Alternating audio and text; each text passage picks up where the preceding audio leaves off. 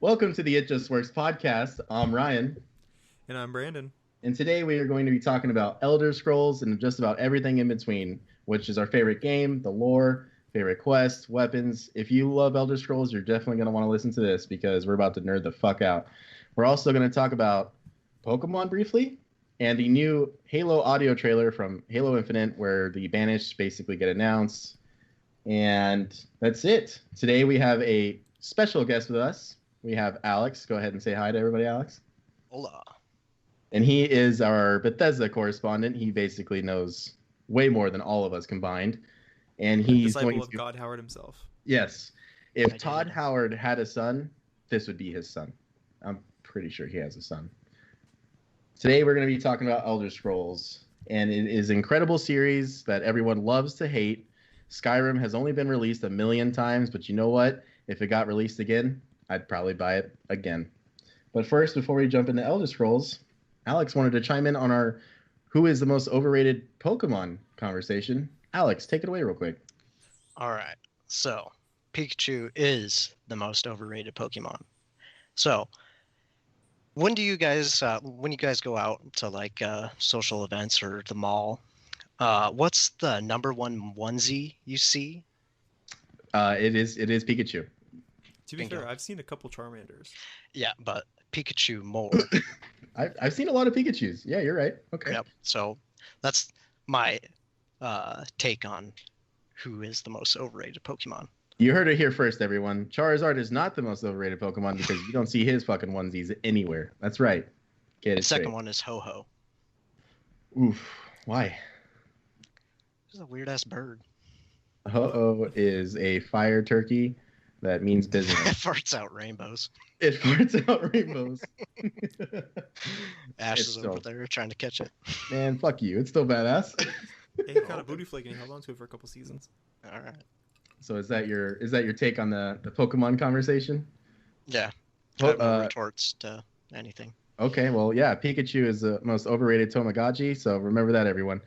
So we're going to talk about Halo real quick. They decided to release a audio trailer for Halo Infinite, and it basically revealed that the Banished from Halo Wars 2 will be in the game. Honestly, I wasn't really surprised, but it was nice to have that confirmation. They were an amazing faction in the Halo Wars 2 campaign. Playing as them in the multiplayer was great. But it's the first piece of Infinite news we've had in a while, besides some toy leaks from the New York Comic-Con. But what about you guys? Do you like the Banished? Do you not even care? What do you want from Halo Infinite? To be released. Shots fired. All I want to see is both the shipmasters from the Swords of Sangheili and the Banish duke it out. That No would Star be Wars dope. shit running into each other with hyperspeed or something. That would be... Oh, oof. Sorry, Last Jedi, you suck ass. Anyways. No, I think that'd be really cool. They have so many characters now that they can have like these side plots in the main campaign, so I'm curious to see what they do with it. Is there anything you guys would like to be brought back in terms of enemies, real quick? While we're on the subject of an enemy basically getting announced for the new game, I'll go real quick. I hope the Flood come back. They were in Halo Wars 2 in the expansion, and I hope they find a way into Infinite, because as much as the Prometheans are cool as a concept, the Flood is where it's at for me. Yeah, I agree. The Flood is definitely a nostalgic enemy for me. It's the first time you encountered it in Halo Combat Evolved. It was terrifying. It was great, and I think it'd be a little fan service to bring it back, but I'd be welcoming of that. I miss the Flood, and I'd hope I get to fight them in Next Gen Glory. So, Alex? I heard that they're bringing back another, like the oldest Halo ring, like the Zeta Halo ring, and that's where like the first Flood was, like the ultimate Gravemind. So they might tie it in there. I mean, because Atriox said this installment is going to be taken over within a few hours, so they might be going there and taking it from the Oni. Great. Yeah, just real quick before we move on to Elder Scrolls, I'll give you my quick fan theory. Because, yes, the game is supposed to take place on the Zeta Halo, which is the original Halo ring. And I believe that in the new book coming out, where Reach I'm sorry, where Master Chief goes back to Reach with Blue Team and Halsey, is that he goes back to make a new Cortana. That's basically going to be the same Cortana we know and love that didn't go crazy in Halo 5, and we'll pretend that game doesn't exist. And they're going to go back to Zeta Halo, and it's basically every faction is going to be fighting for it. And I think the original Gravemind will be alive in there, and so it's just going to be just chaos. But obviously, we still have the Guardians. I don't know if they're just going to completely write that off from Halo 5. The only redeeming factor of Halo 5 is the legendary ending, if you guys don't remember. I watched it recently, so I'll just touch up real quick. Locke basically sets Chief free, and they go together on a Pelican to St. Helios to meet up with, Commander Palmer, Dr. Halsey, and the Arbiter. So it's the first time we've seen Chief and the Arbiter standing next to each other since the ending of Halo 3. And I think the game is actually still going to incorporate that ending into the Infinite campaign. But I don't know, man. I think, honestly, this will be the last Halo for Master Chief. It's just going to be an all-out war on the Zeta Halo ring.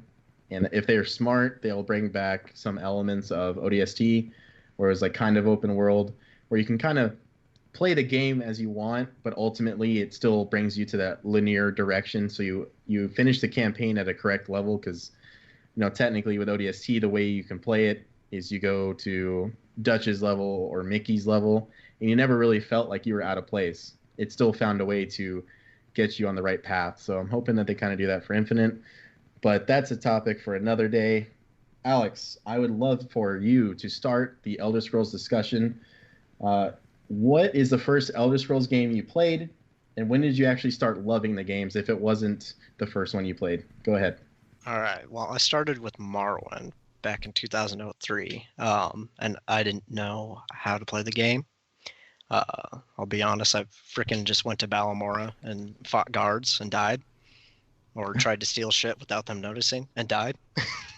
Sounds about right. But then I saw the trailer for Oblivion come out in 2005, and I kept on bugging my mom. I was like, I need to get an Xbox 360. I need to play Oblivion.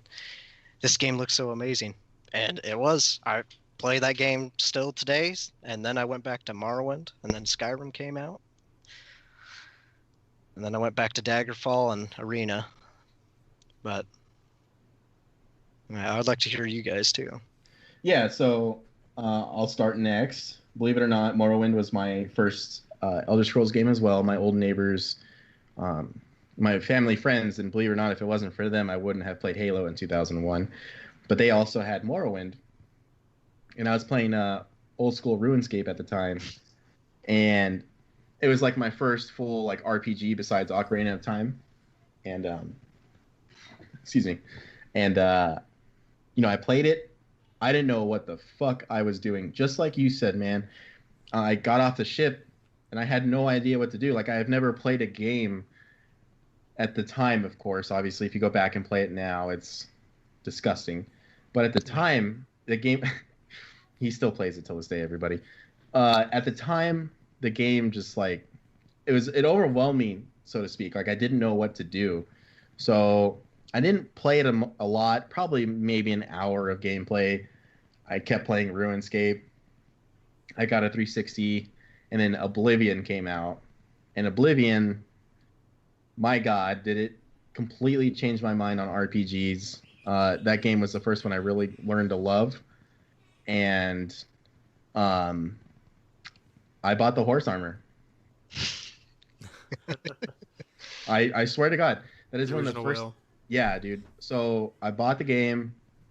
I think I got it for sale. I didn't buy it at full price.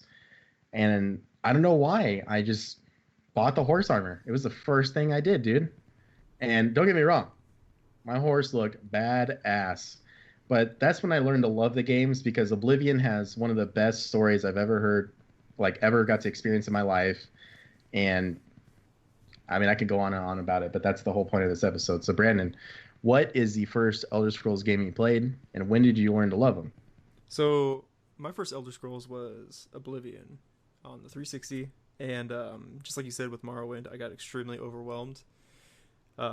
with just how open the game was. You literally pop out, you know, help the king pop out of the sewers, and then you're up to your own devices. And I was like, I don't know what the fuck to do, but so I didn't take to it very well at first, but I eventually powered through and completed the campaign, which was great from what I remember. And I was a vampire by accident, and I finished the campaign during the daytime, and I was in a constant state of death. Every time I loaded up the save, I died.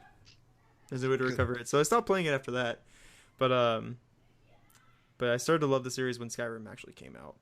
You know, the fact that they were bringing back the dragons and you can actually fight them was when I liked Oblivion, but I really fell in love with Skyrim. Simply because dragons.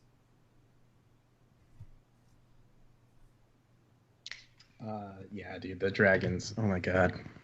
Oof. I'll never forget. It was the Video Game Awards. I don't know what year it was, but that's where they showed Skyrim, or that's where they revealed it. They had the, what are they called? The walls. Oh my god, I am drawing a blank. Oh shit! Where you got the dragon? Where you got the dragon prophecy shouts. wall? Yeah, so they showed the whole like the Dragonborn fighting Alduin, and the dragon on the wall started moving, and that's where they first showed the game. Prophecy. Yeah. Yeah. So it's where they first showed the game. I think they might have announced it before that. I don't remember, but that's where they showed it for the first time, like gameplay, the world. And I was like, "Fuck, sign me up!" Our first instance of Fus Roda. Yes, Fus Roda. Oh, damn it! That's a really good dragon shout. Just saying. Mm. Yeah, so man. fun yeeting people off the mountain. But yeah, that was definitely the minute I sent you know, some bandits flying off of a mountain. Is when I fell in love with Elder Scrolls, and I played Archer in Skyrim over and over again. But yeah, the archery in that game was really good. So you'd probably say that obviously Skyrim, with your overall experience, is pretty much where it's at for you. Even though the game, a late bloomer, but even though the game has been released 4 times, you still hold it dear to your heart. Good man. I'm gonna go ahead and say my favorite one would have to be Oblivion. Not because it was the one that like made me fall in love with RPGs and the main quests, but it also had like the best DLC. It had my favorite armor sets. You know, if anyone knows that's listening to this, Elder Scrolls Games uses the same armor sets. You know, steel, iron, elven. I said gold. I'm thinking of RuneScape. Gilded, bro. Glass armor, Daedric armor, and then Skyrim added dragon armor. But every game they make the armors look extremely different. And in Oblivion, I felt like they did a really good job. The whole, like Cyrodiil as a whole, just looked incredible. It just felt like a real fantasy world for the first time. It's kind of like the first time I played Halo, and you play the second mission, and it's literally called Halo, and you drop on the ring, and you get in the Warthog, and you're driving around, and you feel like you're in a completely different universe, like even from reality. And Oblivion was able to do that for me too. So I would just say that even though Skyrim improved a lot of what I disliked with Oblivion, Oblivion's just phenomenal. Alex, what is your favorite Elder Scrolls game? Oh, I'm always torn between Oblivion and Morrowind. I'd say now is Morrowind, but when I was a kid, obviously Oblivion. I played the shit out of that game. I have 4 copies on the 360. That's because some of the glitches and game-breaking bugs would work differently on different discs. So, like, if I ran into a problem, I would switch out my disc and put in another one, and it would just be fine. Oh, that's awesome, man. Yeah, Bethesda and all their bugs, game-breaking bugs, and apparently in your case, literally disc-breaking bugs. That's crazy, man. Yeah. Right. Yeah, it seems like, almost every time we talk to that Morrowind is definitely the one that really stands out to you the most. All 3 of them are incredible games in their own right. They all hold up on their own till this day, even though Morrowind is, it's past its prime, I'd say. So one of the things I wanted to talk about was the game mechanics, though. Is there any mechanics across these 3 games, since we mainly played these 3, that really stood out to you guys? one of the things I'll talk about first, and I know it sounds silly and extremely typical, but the sprinting in Skyrim really added a level of immersion to my game. Every time I ran with a full suit of armor on, and you can hear, obviously whoever did sound design nailed it, but you really felt like you were wearing a heavy piece of armor on your chest, just the way they did it, where if you're wearing like leathers, like if you're playing as a hunter or a ranger, like you didn't hear it as much, so you felt like you actually were being a sneaky character, and I just would say that till this day that mechanic probably be my favorite. What about you guys? I would say, yeah, Skyrim has the best mechanics. I mean, it's the newest, obviously. The sprinting, I'd say dual wielding, that was good. Blocking got improvements where you can get staggered. I mean, Oblivion had that too, but Skyrim improved on it. Morrowind, it was all dice rolling, but yeah, I'd say Skyrim has the best mechanics out of all the games.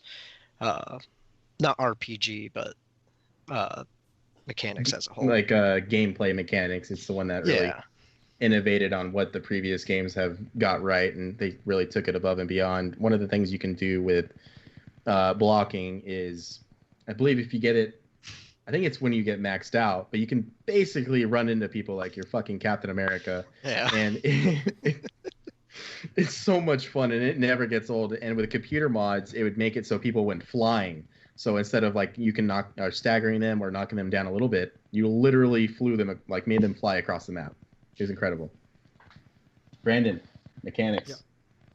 Yeah. I'm gonna agree. Skyrim definitely has the best mechanics because they've had the time to improve on what they've had in the previous games. Like you mentioned, having your armor influence how you are in the world is it definitely adds a bit of immersion to it. Chainmail sounds like you're running in chainmail. From your light armor, you can be stealthier, and those kind of mechanics weigh into what kind of player you're going to be, because it'll be very difficult to play a sneaky rogue or archer when you're wearing full scale mail, as we see in a lot of other role playing games.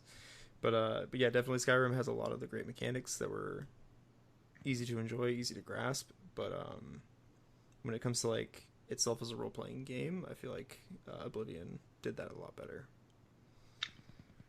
Yeah, I would say Oblivion. I don't know if you guys played them. I don't remember, so I apologize. But for anyone listening as well, if you played the Mass Effect games, Mass Effect 1 started off as one of the most like craziest RPG games. The Mass Effect 2 really implemented the action part of the game, with the gunplay, just the mechanics in general. And then honestly, even though I love the game, Mass Effect 3 almost entirely abandoned the RPG elements that Mass Effect 1 added. And I would say that Skyrim kind of did the same thing, whereas Oblivion, from Morrowind really upheld itself. It obviously took a lot from Morrowind and didn't bring everything with it. But Skyrim, I felt, even though they nailed the mechanics, they really missed their mark when it came to the role-playing part. Because even though I just talked about sprinting and how it made you feel more immersed in the game, like I had to do that on my own and feel that way. Like Oblivion from the get-go, you feel like you're just playing in a ridiculous RPG experience.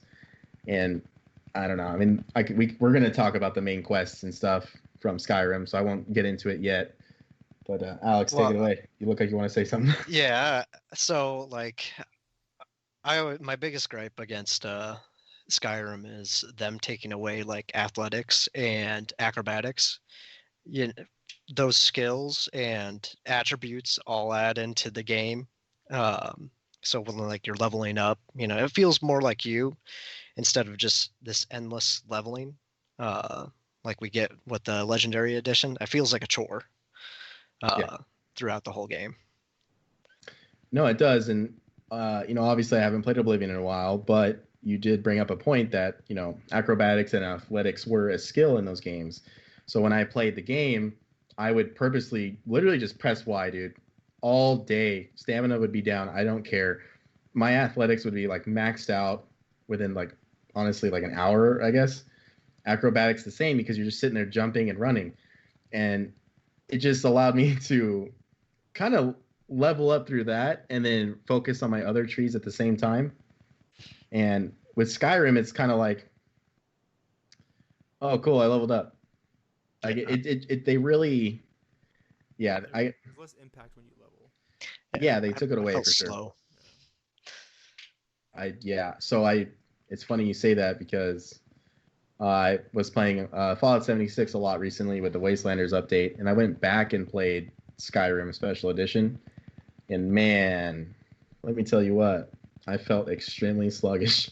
It did not feel good, and I love my Skyrim, but I think the game might be getting a little too old at this point. So I know I can't tell our Lord and Savior Todd Howard that he will banish us forever. So one of the things I wanted to talk about with you guys was the overall world and exploration between the games.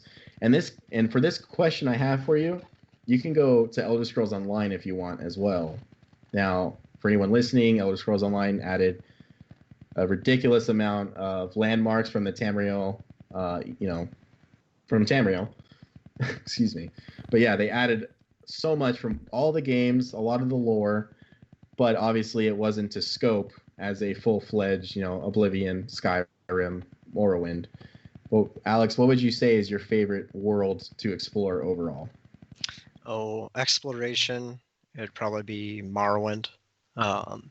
You can be just walking around and find a cavern, and suddenly you're in one of the caverns, part of the main quest, and you can fuck up the whole timeline. But best world, I'd say Daggerfall.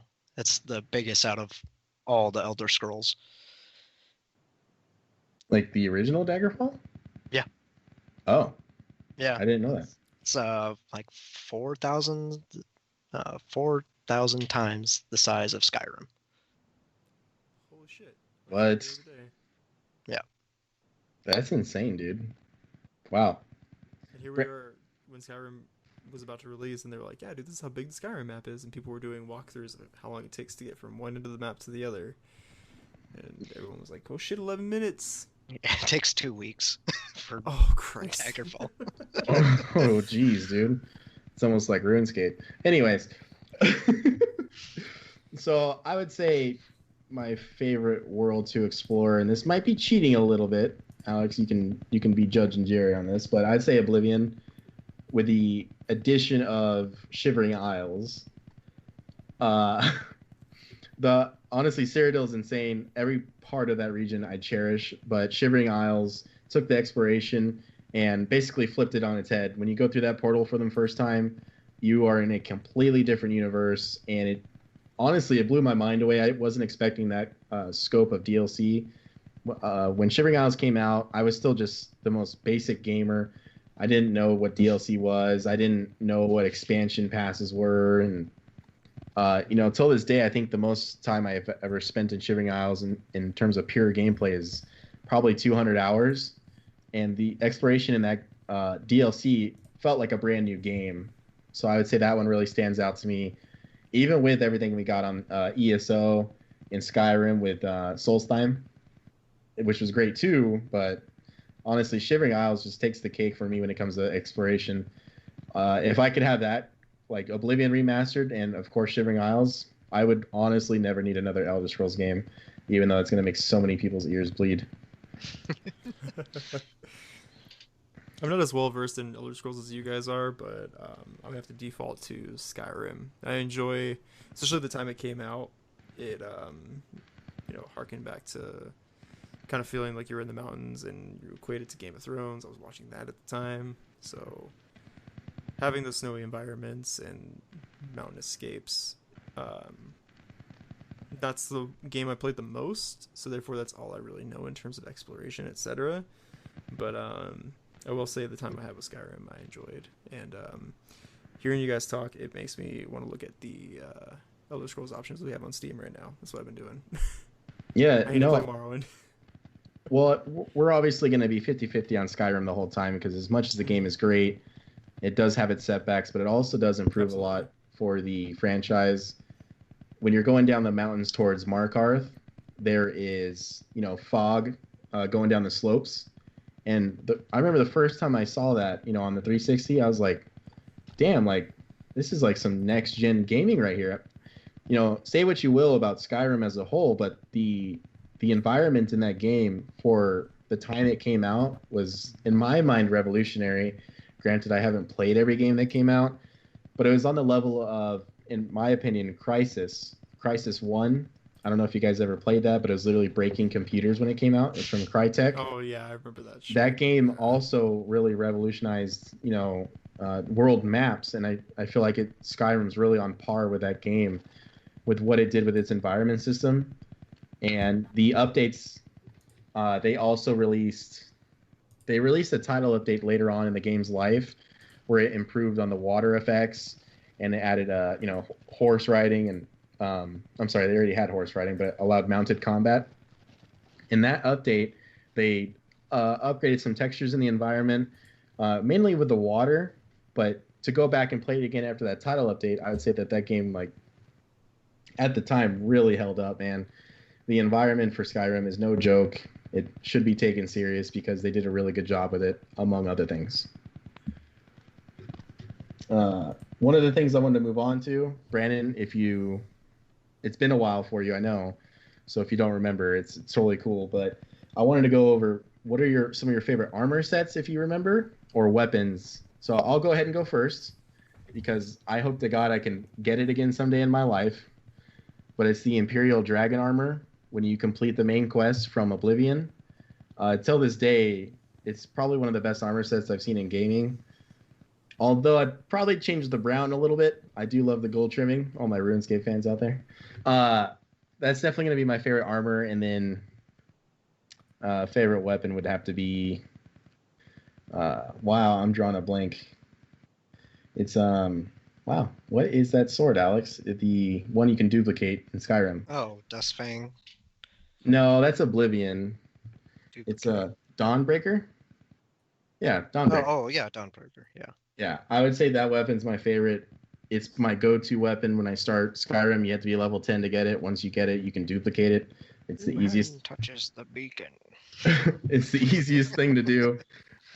When you kill an undead enemy, the area, it does like an AoE explosion and hits other targets in the area, and the weapon itself with the animations just look incredible. And yeah, I would say besides that, before I hand it over to Alex, I want to say the Ariel's bow is a top contender too. You can shoot a sun hollowed arrow into the sun, and it literally shoots out sun rays to any enemies in the nearby area, and it fucks them up. Alex, go ahead. Oh, my favorite armor is the glass armor from Morrowind. If you guys haven't seen it, it's not the glossy shit. I'll look it up right now. From Oblivion or the Thalmor, looking crap from Skyrim. It's from the Vardenfell glass, and it looks amazing. I would just love to see it in Skyrim. I was not expecting that. Okay, I can confirm that glass armor is legit. What the fuck were they thinking in Oblivion and Skyrim? My God. Yeah. The only thing I would have changed in the future games, like maybe they could have done it like region, like maybe a blacksmith in the region could have changed the helmet, like maybe made those different in every game. But man, is that a sick armor set? Wow, I'm impressed and jealous. Yeah, I like the Daedric armor from Morrowind too. Oblivion, it looked good. In Skyrim, it looks awesome. I mean, they all look awesome, but I would say the Daedric armor from Morrowind takes the cake because you can change the helmet to 3 different, and then you have the tower shield. You got little demon faces on your all across your armor. So, like, if we had a high resolution of, because I look at the mods on Skyrim, and it's just doesn't feel the same. It needs a really good retexture. I also just looked that up because you have been talking about it recently. So I did just Google that as well, and I can confirm. Obviously, whoever they had as an artist, a conceptual artist for that game, really knew what they were doing with the armor sets. The Daedric armor looks incredible. Each three helmets are extremely unique, and I don't know why they stopped that. I will say though, after seeing it, I personally got to go with Skyrim's Daedric armor. So I really love that helmet. I can't let that thing down. But I don't really see how modders could bring this back, like you were saying. I don't see how they can really bring that back to its original form in Yeah. a HD environment. And for my favorite weapon, it would probably be the ebony blade from Mafala. Because, betraying your loved ones to gain strength. Gotta love our Daedric lords. It's got some great lore behind it. Yeah, it does. All right. I agree. Daedric armor from Skyrim is probably my favorite. It's I like the sleekness of the body of the Daedric armor from Morrowind. Just took a look at it. But like you said, Ryan, that helmet for Daedric in Skyrim, it looks amazing. Like if they could incorporate the Morrowind armor and colors to the Skyrim helmet, I think you wouldn't ever need a better piece of armor. I would say real quick, a runner-up before we continue is the dragon scale armor that they added in the Skyrim DLC. I was kind of disappointed when the game came out and you couldn't make armors you could make armors. I'm sorry. Mm-hmm. It was the weapons, the Dragonbone weapons that came out, which are also super badass if you guys have never seen those. But yeah, the dragon scale armor I would say is a runner-up. Besides the helmet, it was kind of everything I would have wanted from killing a dragon and then literally making armor out of it. So, congrats, Todd Howard. You did it again, sir. So, this next one's tough, and I'm pretty sure everyone's going to have a different answer. And I kind of already gave mine, so I'm going to go ahead and say it again. What is the best DLC ever released in the Elder Scrolls series? I'd say hands down, Horus Armor fucking takes the cake. All of you can suck it. I will easily spend another fucking $5 for some stupid ass digital armor. Joking aside, I still got to give it to Shivering Isles, but to not be boring, I will take that out of the equation since I've already talked about it too much. And it was actually the Battlehorn Castle for Oblivion. It is a expansive. It essentially makes you the lord of a castle, and it's like a player home, so to speak. But as I just said, you get your own castle, you get your own blacksmith. There's actually a mini quest inside that castle where if you find a secret room, you get. It's called Dragon something. It's the Lord's sword. It's hidden away, and I actually didn't learn about that sword for probably 3 years. I don't remember the name of the sword. I probably told you it. I would like to clarify that yes, Alex is almost 100% the person that told me about the secret passage which led you down this quest. But the castle also gave you a follower who is one of the knights for the castle, and once again we're talking about how these games really immerse you into feeling like you're just in this world, like way better than our lives, right? So to be essentially king of a castle from a DLC that gave you like all the resources you can need, for smithing, which is one of my favorite things to do in those games. Honestly, it surprised me just to get Shivering Isles. Like I just didn't really expect this from I think that one was a $4 expansion or $5, but I'm pretty sure it was cheaper than the Horse Armor. So yeah, just would like to close on that for DLC for me. Battlehorn Castle, if you guys have never played it or got it on Oblivion, I still recommend it. It's worth your money. Go back, buy it, and then thank me later. Yeah, take it away, guys. I'll let you go, Brandon. We're finding out today, everyone, how much Brandon either doesn't remember Skyrim or he actually maybe didn't play it as much as I thought. I played it a lot. It's just when it came to the DLC, I played vanilla a lot. When it came to the DLC, I didn't really delve into like crazy. I played a lot of what Well, real quick in your The first defense while one, you're thinking, yeah, the first one is Hearthstone. So they didn't release. Actually, no, the first one is Dawn Guard. yeah, it's Dawnguard Mm. with the vampires and Ariel's bow. Well, then Thinking excuse of me. Hearthfire, I believe. It was Did I say Hearthstone? you did. It was Dawnguard. Fuck you, Blizzard. Hearthstone was in the middle, right? And then it was Yeah, and then it was. Dragonblade. Yeah, thank you. Dragon. Jesus, Yep. we're so Fuck, knowledgeable, we all haven't buddy. played Skyrim. You have to fight Mirac. Yeah. Mira. Oh, dude, Hermaeus Mora. I don't like that, dude. I'm sorry, Brandon. Go ahead. Very good, man.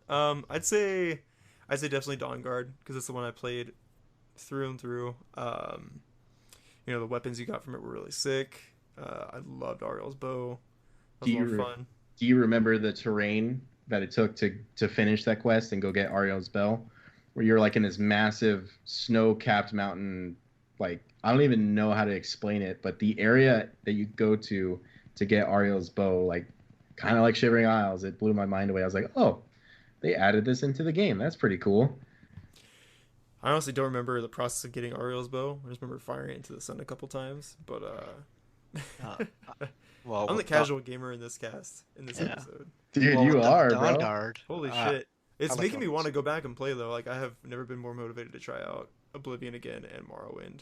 And I probably would get Skyrim say to play. since you haven't been playing Fallout 76, which even though the game sucks, its mechanic or the gameplay is extremely fluid, go back. Go back and play Skyrim. If you are really risky, go back and play Oblivion at the least. Uh, it definitely seems like there's a little bit you haven't or you've forgotten about. I would go back to it. Yeah. I think it's worth your time, dude. But it's okay. There's so many topics we're going to be going over Yeah. as the show goes on. If we do a Blizzard podcast, I mean, besides talking shit, I really don't know anything about them. I know their games. I know I hate them all, and that's pretty much it. So you know what? It's okay. You're not gonna be the most knowledgeable. I can't even talk. Knowledgeable person. I was thinking of M. Night Shyamalan as I was saying that, and I got confuzzled.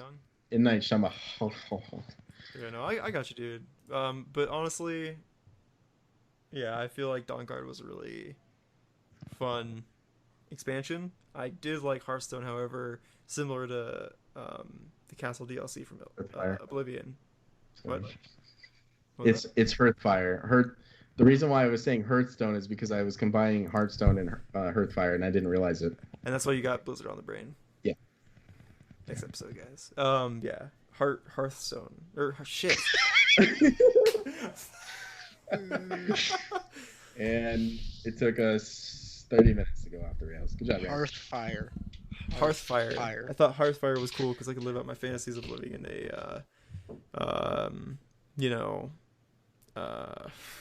fantasy. No, hold on. God. No, Well, while he's muted. Yeah, while Brandon's muted, real quick. Sorry, guys, we're having some technical difficulties. Alex, take it away real quick. What is your favorite DLC and why? Probably Shivering Isles, seeing Sheo Golrath and having to fight the big bad. And then, spoilers, but you become Sheo Golrath. It's pretty well known. You become Prince of Madness. I kind of forgot about that. Yeah.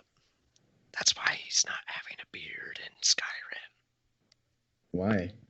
Because in Oblivion you couldn't have beards, and in Oblivion Sheo Golrath had a beard, and then in Skyrim Sheo Golrath doesn't have a beard. I forgot about all of that. Yep, and then plus you become Sheo Golrath at the end. Yeah. So everybody, Brandon's back. So one of the things Brandon was bringing up before he had some technical difficulties is that in Hearthfire, you basically get to live a full-fledged fantasy life. I mean, I remember marrying Ayla the Huntress. What is her name? Yeah. Ayla, yeah. I had 2 kids that I adopted. I tried killing them. I couldn't. But you know what? It was pretty badass. You could live out your wildest fantasies of having a happy home and wife who loves you. Yeah. I think they should have allowed you to make like a sadistic dungeon, like a Dark Brotherhood, or like a companion themed Elder, house. Elder Scrolls 6, dude, they should most definitely include like a guild management. You know, or if you gain an affinity with the guild, like you go through the quest line, you end up being the curator, if you will, or the guild leader. Hmm. You could send out, people you recruit. It'd be like settlements, kind of, but better. No, no. Got word Another from a guild member settlement. needs your help. Got word from a settlement. Oh, I fucking hate Fallout 4, dude. I'll mark that out on your map for you. GG, bro. All right, so one of the things that I wanted to bring up was the decline of mechanics and RPG elements. We kind of touched on it a bit, but when it came to Skyrim, they really just kind of went the Mass Effect 3 route. Alex, why do you think they decided to essentially cut so much of what people loved with Elder Scrolls when it came to the RPG elements, the skill trees, the addition of skills? They, instead of keeping them, they literally got rid of them. They pulled a full Pokemon on us. They said, hey, you're going to give you great things, and then fuck you, we're going to take them away. Why do you think they did that? To make the game more accessible to newer players. It's the easiest way. It's a good selling point. Make it simpler. Not everybody's gonna sit down and like play D&D and read through the entire book and say, they just want to be there. They want to play the game, and this is for the overall worker or school student. Coming home, they just want to sit down and kill some monsters. So they don't want to have complex math and why your character like in Morrowind and Oblivion and Daggerfall. Yeah, well, with games like Witcher 3, where they are extremely expansive and they do have those RPG elements that really would go on a D&D level if you really wanted to go there, would you say that even though that game is extremely successful, that's kind of a cop-out from Bethesda? Or were they just thinking about all the money, you think? In their mind, you think, how deep can our pockets get with this game? Let's not make it too hard. Well, I mean, not really. I mean, they had an envision and they wanted to try something new, and they're going the same route with Fallout. They took out all the skills and attributes, and it just feels like endless leveling. Like you had a cap, unless you know how to break the game, like in Morrowind and Oblivion. You had a cap, and that was your character. That's what made those games great. Skyrim, it just feels like a chore. Yeah. If you're sent on a loop of endless leveling, you're just gonna, play until you get sick of it, obviously. But if you just keep playing and keep playing, it's what is the end goal? It's like you said, Alex. In Oblivion, you reach your level cap, and then that's your character. That is defined as your character. But in Skyrim, it's you should always be improving, absolutely. But if you're already an absolute god at in the world of Skyrim, and you're one-shotting you're one-shotting dragons with a sneak attack from a dagger as jumping off a cliff, where's the challenge? And I feel like with Skyrim, that's definitely where I kind of fell off too, was the fact that I became so overpowered so over quickly. Jesus Christ. Overpowered so quickly. I'm drunk. Overpowered so quickly that the game just really lost its luster for me. We can confirm he is drunk, everybody. I'm blitzed. But yeah, I agree. I think Bethesda definitely wanted Skyrim to be more accessible to, fans of the fantasy genre who, maybe got overwhelmed with Oblivion and some of its RPG mechanics. A lot of people are getting into D&D nowadays. It's becoming a lot more popular. But I feel like Skyrim was the first breakthrough of like, I don't really want to say casual fantasy gaming, but it had that vibe to it, and it let a lot more players in at the expense of the more hardcore group, and that's how it's always going to be with video games nowadays. It's the hardcore versus casual. How dare you talk about me like that, Brandon? I am Alduin, and I will kill you. That is true. Girl, fuck you. Yeah, so you make a really good point, though, that Skyrim essentially is the beginning of easy mode. Oh, there's the real Alduin right there. Ladies and gentlemen, you cannot see, we are on a video, but Alex is showing his collector statue from the original release, which actually looks pretty dope. Oh, yeah. Thanks, Jarrett. I forgot he sent that to you. Mm-hmm. GG, Jarrett. So I never really thought about that before, Brandon, that Skyrim was like the first game of a franchise where like Morrowind is not easy unless you're Alex and you know what the hell you're doing. But Oblivion wasn't really that easy for me either at first. I had to really like figure it out. Skyrim, no issue. Sure, if I put it on legendary, it's going to be difficult, if I don't have the right gear or, skill set. Sure. But from the get-go, that game never feels hard. It almost feels like in terms of difficulty, like you're just on a roller coaster where it's just like, all right, I'm just gonna I'm just gonna chill here. They're gonna do everything for me. So good job. You made a really good point, man. I seriously haven't thought about that before. It it is what it is. So before we, stop with the whole. Oh, Alex, go ahead. I got one more thing. So like, what they could do in like Elder Scrolls 6, what they failed to do in I'd say Morrowind, Oblivion, and Skyrim. When you increase the difficulty, it shouldn't lower your damage output, and the enemies shouldn't have a higher damage threshold. They should still, maybe give them a small buff boost. But me hitting a monster on Legendary 300 times just to kill it shouldn't be that way. It should just be, if he hits you, it's, you're dead. I shouldn't have to hack away for 10 minutes just to kill one monster and hope he doesn't heal. Right. I agree.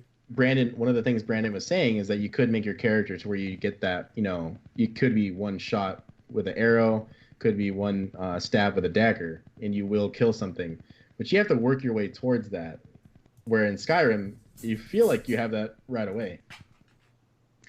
And one of the things, you guys talked about is that even in the, the Fallout games, they kind of, like Alex, you said they got rid of the skills pretty much in like Fallout 4 to where it wasn't nearly as important as it used to be. Mm-hmm. Well, Fallout 76 did that, even more so. On this playthrough I'm on, I have a melee/ranger character, and with my melee weapons, I can walk up to a Deathclaw, not even invisible, and beat the shit out of it. And that game is so easy for me now with just like one melee weapon I got at level 35. It's like, what am I doing here? That's actually why I don't play it anymore. Is because I'm overpowered. Like nothing in the game is hard. The Scorch Beast Queen, sure, yeah, it's an end game level boss, but it's only because she's a fucking massive sponge. And Doomslayer. Alex is holding up his Doomslayer mask. Put on the mask. They never cared until I put on the mask. Batman. Yeah. So there's definitely been a sense of laziness, I would say, with Bethesda games that as they were trying to gain a bigger audience, they've also lost their touch with the hardcore audience. In my personal opinion, they would have easily made the sales they did with Skyrim if they just kept most of the RPG elements they implemented with Oblivion and even Morrowind. When that game was released, the entire world was about it. I mean, you saw Gamer Poop, where they did sketches on Skyrim. You saw, arena battles that someone modded in that, Machinima used to host.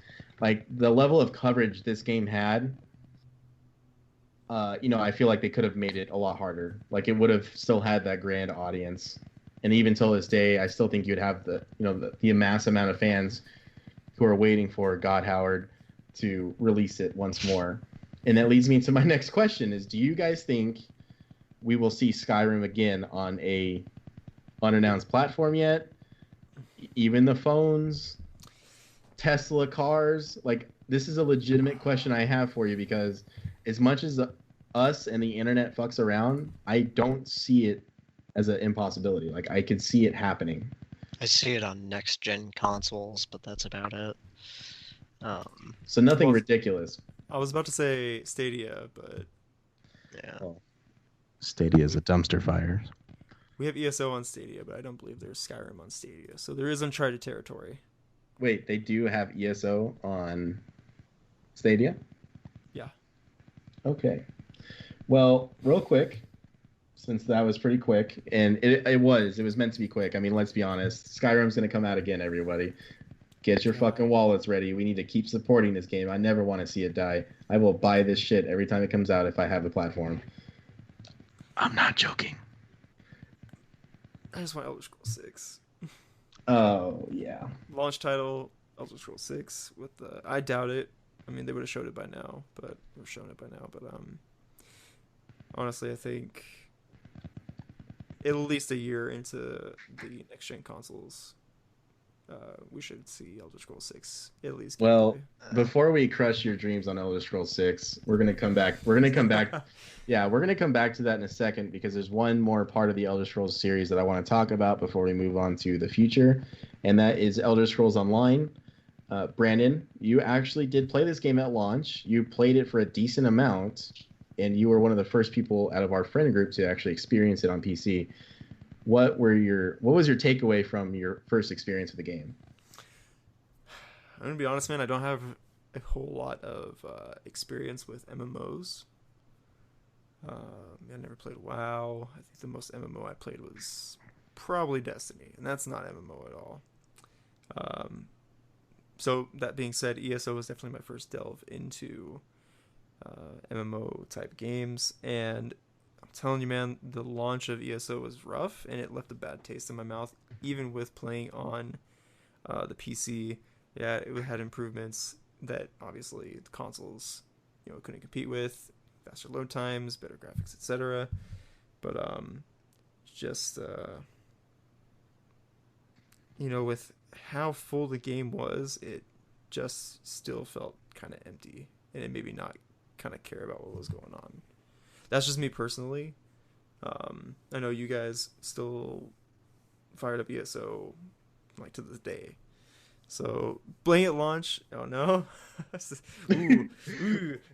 Yeah, at launch it left a bad taste in my mouth, and I kept trying. I kept coming back, dude. I was like, I'll give it another shot because my boys. I just couldn't, man. Like it wasn't for me. If I really wanted the Elder Scrolls experience, like, yeah, you can hop in with your buddies, and you can, there was no separation by level for dungeons, which I thought was really cool. But it wasn't the experience for me. Yeah, Elder Scrolls Online, it's a different beast as a whole when it comes to ZeniMax and Bethesda releasing games, because ESO is mainly ran by ZeniMax Studios. I just think, there's a lot they did right, and you touched on it real quick, was the dungeons, how if Alex is so-and-so level, we're still going to get the same, loot, tiered loot for our levels. The enemies will be scaled in an appropriate way. They definitely nailed that, but like you said, the world felt empty. For me, the textures, the character design, it looked like dog shit. I really, till this day, I cannot stand the way that game looks. It did provide a great console MMO experience. I didn't play it on PC at launch. I played it on PC a little bit afterwards. Not much, just to get some Darth Sidious clips in. But other than that, I played it a lot on console. After I played it when it released, they released an update called One Tamriel, so it allowed your friends who chose the different factions to finally play with you. Because if you don't remember, Brandon, when you played the game, if I was Ebonheart Pact and you were Aldemary Dominion, we literally, right, if I'm correct, Alex, correct me if I'm wrong, we couldn't play together. Yeah, no, they took the factions and yeah. Just like the Alliance and Horde and World of Warcraft. Yeah, and at least that's a little, That's more believable, right? That's more believable because it's just two sides. Whereas here in ESO you have three, so it's like, oh, you can't pick one or the other. It's you pick, shit. What is it? Daggerfall Pact. Mm-hmm. Daggerfall, yes. Covenant. Yeah, Daggerfall Covenant, Aldemary Dominion, and Ebonheart. And then Alex picked Ebonheart. It's like, well, that's a three-way of fucking not playing together. Yeah, so they definitely added a lot of great things, and they clearly updated the game a lot. With One Tamriel, all the expansions they released. ESO Plus is $15 a month, and you get $15 worth of currency back every month. You get the unlimited storage bag, or junk bag. You get. Go ahead, Alex. What is it? The crafting bag. That's what I'm it sorry, is. the crafting bag. You get exclusive deals on premium items. Every MMO has them. So they definitely did a lot right. But one of the reasons why I had you go first, Brandon, is, I can only speak for Alex a little bit, but the reason why we stopped playing the game as of today, a year ago, I think, is that some of the issues they had at launch somehow found their way back. I don't know what update caused it, but the game has terrible loading issues. The audio is fucked, dude. People were talking about Holy how shit. Halo on MCC had really bad audio, which it did. Imagine that for ESO after all the years it's been out. I don't know what they did, and to make matters worse, they haven't fixed it. They still haven't fixed it. So Ooh. they're still releasing expansions. They brought back Skyrim 3.0, and they still haven't fixed the audio. You know, I just I really don't understand what they're doing. But Alex is a diehard Bethesda fan. I wouldn't call him necessarily a fanboy because he's very realistic. But even he gave up on ESO, and we spent so much time on those games. With the player homes, the ESO Plus items that we have. We have technically a lot of money into the game, and it still wasn't enough to keep us playing. Yeah, we're basically throwing money at them, and they Make it still rain can't crowns. make it rain crowns. Thank you. That was what the currency is called. So they have issues that were there at launch again, and the reason why I bring it up is because it kind of baffles me. It's like, how the hell did you do that? How do you fix a game with one Tamriel? Once again, I'm going to bring that up a lot because they really fixed the game with that shit, and then somehow revert all of the progress they made because they released, Clockwork City, Somerset Isles, uh, Morrowind, a great expansion. They released so many expansions. They were killing it. Expansion after expansion, they were doing so good. Dungeons too. They were starting to bring a lot of good dungeons. A little too long for my taste, but they were still fun to some extent. And then out of nowhere, an update came out, and some of the most basic things in gaming got bugged, and they still to this day haven't fixed it. But that's enough for me on Elder Scrolls Online. Before we move on, Alex, Elder Scrolls Online, what are your thoughts as a whole with all the experiences you had? You played it on PC, and we played it a lot on console. We spent a lot of time trying to do White Gold Tower on Veteran. Yeah, I played the beta when it came out, and it was hard for my laptop to run it at the time, but it was fun. I was glad when Elder Scrolls Online was second reason why I got an Xbox. First one was for MCC. But playing it, they horrible, horrible service. Just like the lag. You can't even go into Cyrodiil half the time on the Xbox. I can't speak for PC anymore. But I'm sure if you have a good running PC, it works just fine. But with the Xbox processing and everything, it's too laggy. Even on your Xbox X, it's horrible. Yeah, so even with my Xbox One X, I still run into frame rate issues. Thank you for bringing it up, by the way. They are dropping worse now than when I think Morrowind was out and I had a One X. I could be wrong. But the game, like I said, for a long period of time was killing it. Like we were playing all the events, we were doing all the dungeons every day, and we got frame rate drops, audio issues that make you never want to touch the game again, and then loading issues where you couldn't see anybody's character models. They were all just like these random placeholder figures, and definitely finding a different word for that. I did good. Brandon, The the worst one is they took away the horse mount glitch where you could spam your elk. Yes. You could just keep on spamming the special emote your animal does. So I had the most annoying one, the elk. So you just hear elk stag just go. If I can find the audio clip, I will gladly post it. Everyone, it is the funniest thing. And so while they're busy fixing bugs that were actually hilarious, they were not worrying about the ones that were game breaking. And I don't know, man. It's just kind of sad to see what happened to that game. We had so much fun with it. Just a lot of good times. The PvP, We would have some nights where we just go on full on raids with God knows how many people. The whole lobby just annihilating each other was a lot of fun. So it's not the worst game ever made, but you fucked it up. All right, now guys. you fucked up. So we're going to talk about what everyone wants to hear. We'll start with you, Alex. What do you want most from Elder Scrolls 6? Realistically, like, what do you think you can wish for, and it might actually be in the game? So, Skyrim combat, besides magic was dog shit in Skyrim. They had to bring back Yes, it was. spell making. You can't rely on the modders for that. Morrowind quests, I'd say, like, where like any main character is killable. So like if you kill him, you fuck up the prophecy. That was great. You can go over and kill Vivek and Morrowind, and it'd be like, hey, you screwed up this timeline. But joking. You go find the last dwarf, but it has a consequence because you get a negative 200 debuff when you equip Wraithguard. If the last dwarf fixes up Wraithguard. But questing from, I'd say, Daggerfall and Morrowind, kind of faction quests from Oblivion, and make more quests, and you can put it in between the repeatable quests, but I think Skyrim had too many repeatable quests.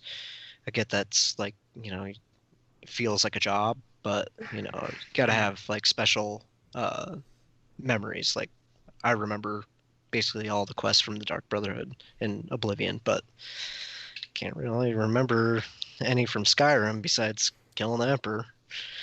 Yeah, That's true.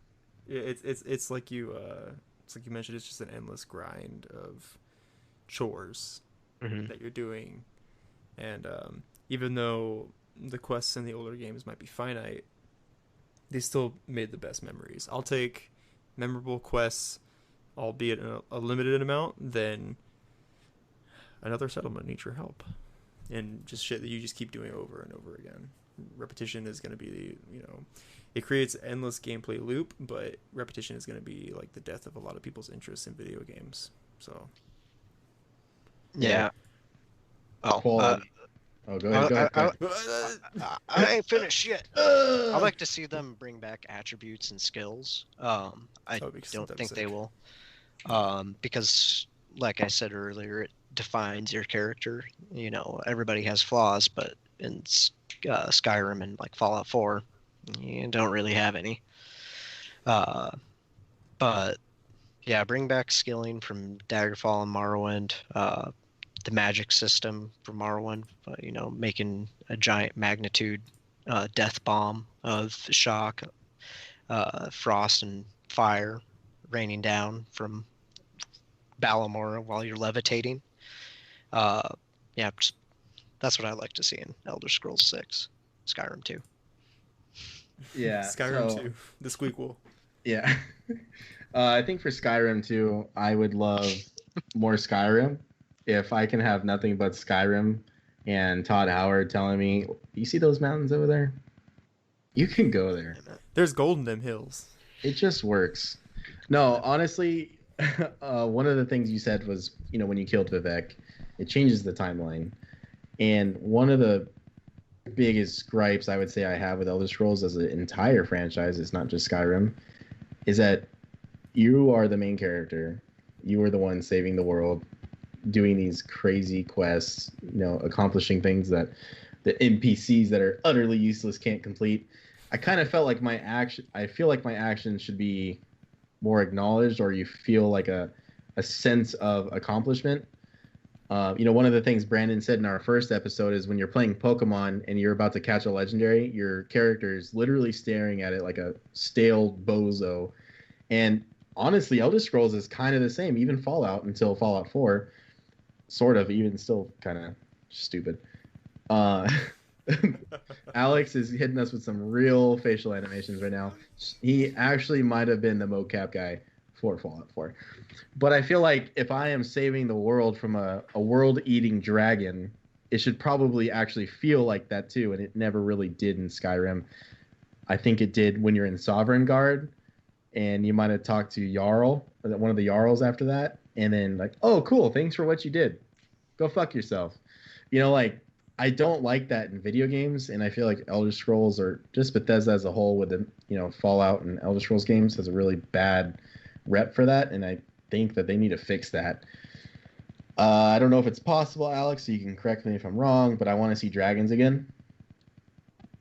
It's not possible according to Alex, but I still want to see dragons. No, they'll probably add it. I not. I mean, with they the did same... it in Elsewhere. Oh, damn! Dragons around, bro. Yeah, you have phones, That's a right? good selling point for this game. People I want would dragons, put more dragons in. If it can somehow make a way in and not be utterly ridiculous. I miss dragons already. I want to see it again. Dragons and cats. What a Yeah. great expansion. It'd be tight if they did like, fossils essentially, like digging quests. You go into a mine or you find an area that has dragon bones, and you can make the armor without necessarily adding dragons. They could do that too, but I don't know. Like, they should add the arena again. I don't know if there's an arena in the next region they are going to have the game take place, but if they can add an arena that's on the scope of, Oblivions, that'd be great. I'd love to have that back. Maybe instead of having player homes be set to one certain area, you can somewhat go the Fallout route and kind of let us make a house wherever we want. Alex is shaking his head no, because for some reason Bethesda thought it was smart to entirely focus on that with their stupid ass Fallout 4 game. I just see a part of me has a lot of hope that Bethesda is going to fix shit, but I don't know. I'm excited for Elder Scrolls 5, 6, 7, Skyrim, but you know what? Until Skyrim we really 2. Yeah, until we really see more, it's wishful thinking. At this point, if there was a perfect world, I would make Elder Scrolls 6 with Morrowind, Cyrodiil, and Skyrim. You know what? Just go back to all three regions. Make sure there's no loading screens as you literally walk your way across each region, even though, as I say this, they're not all connected at all like that. And this is the Elsewhere expansion over here. we are currently seeing live action Elsewhere gameplay. Alex's cat is murdering a dragon from Elsewhere right now. It's pretty intense, everybody. On it, I mean, Alex, you kind of touched on it. Skyrim combat, if they can bring that back, but make it more realistic and continue to focus on that. I felt like archery in Skyrim was really well done. Maybe not so much the melee weapons. You are 100% correct. Magic is really, really bad in Skyrim. It's not worth using. The ultimate spells are fucking stupid. Took out some skill trees too, and I would like to see them. Go ahead. I'd like to see them bring back spears and actual like axe, blunt, and sword skill trees instead of just one hand and two hand. Dude, honestly, every time I hear you talk about Skyrim, I forget how much they cut, and just minimalize the game. God damn you, Todd Howard. But before I hand it over to Brandon, as long as I can get dungeons with loot boxes and microtransactions in my Elder Scrolls 6 and horse armor, that's all I really want, everybody. I want horse armor that costs $100, and then I will be happy. So Bethesda, I have one wish. Make me pay $100 for horse armor. Brandon, just want the ultimate flex. Honestly. Elder Scrolls 6. What do you want from it? Seeing how Skyrim was the last one you played. Obviously, like we've been saying this whole episode, it's improved on a lot, but also had a lot of setbacks. Is there anything in particular that you wish that game had that Elder Scrolls 6 may have for you? I mean, I definitely would love the certain mechanics from Skyrim and the mechanics from Oblivion to kind of meld into one. I like the accessibility of Skyrim. However, I would like the deep skill trees and attributes from Oblivion to make their way into Elder Scrolls 6. We had Skyrim as a good entry point for a lot of casual fans. However, now that we basically have them, Bethesda has them and they're familiar with the game. Now I feel like it'd be a smart play to go into a more deep role-playing experience with Elder Scrolls 6.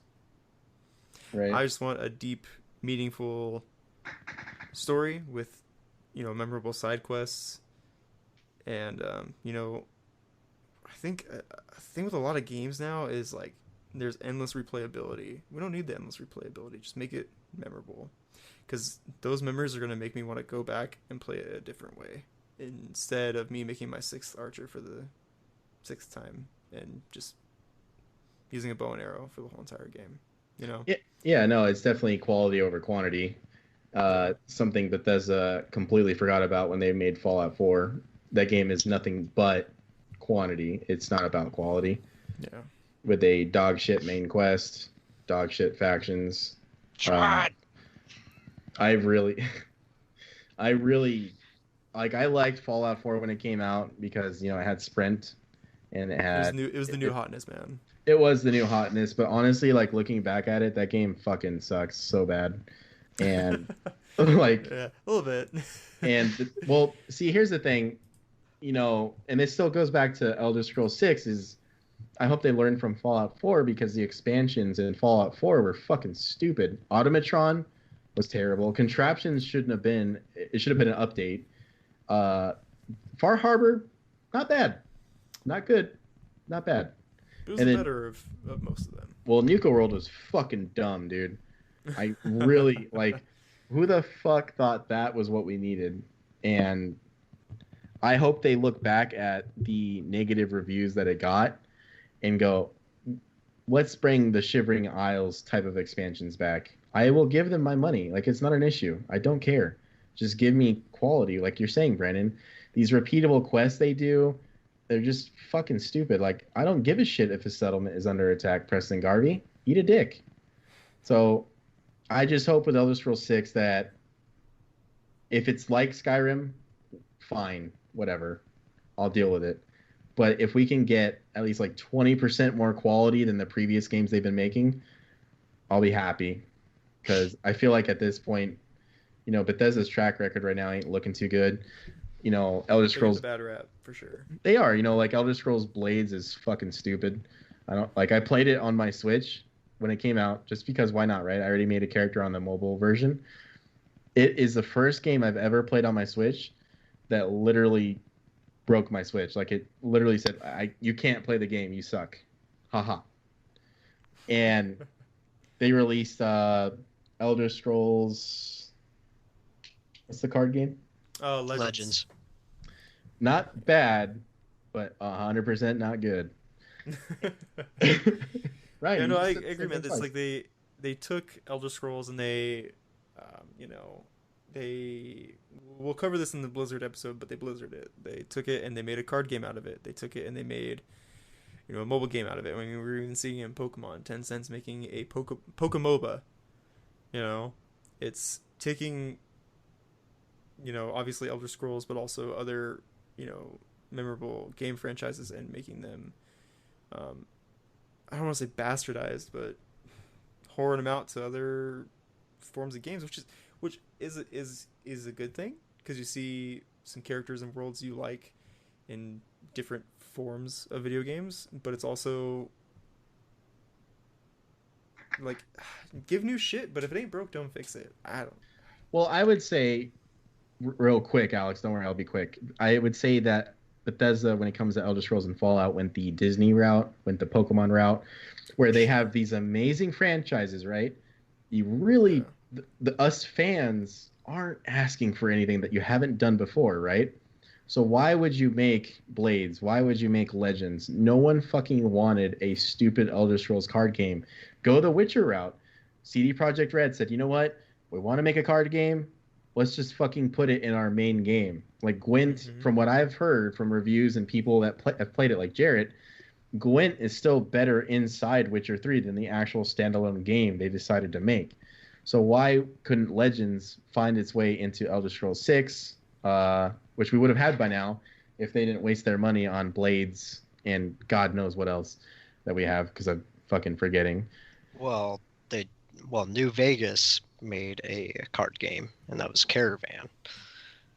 Yes. I don't know if you Oh my remember God. that Yes. piece of shit. I actually never did anything with it, but you are correct. Yes, there was the trading card game. I forgot about that. Yeah, but that was Obsidian, and they were rushed the whole time, so And I don't blame them. and they still made a better Fallout game than Bethesda. Yes, they did. Oh, Fallout 4. Before I just wanted to add this. Fallout 4 was the alpha for Fallout 76.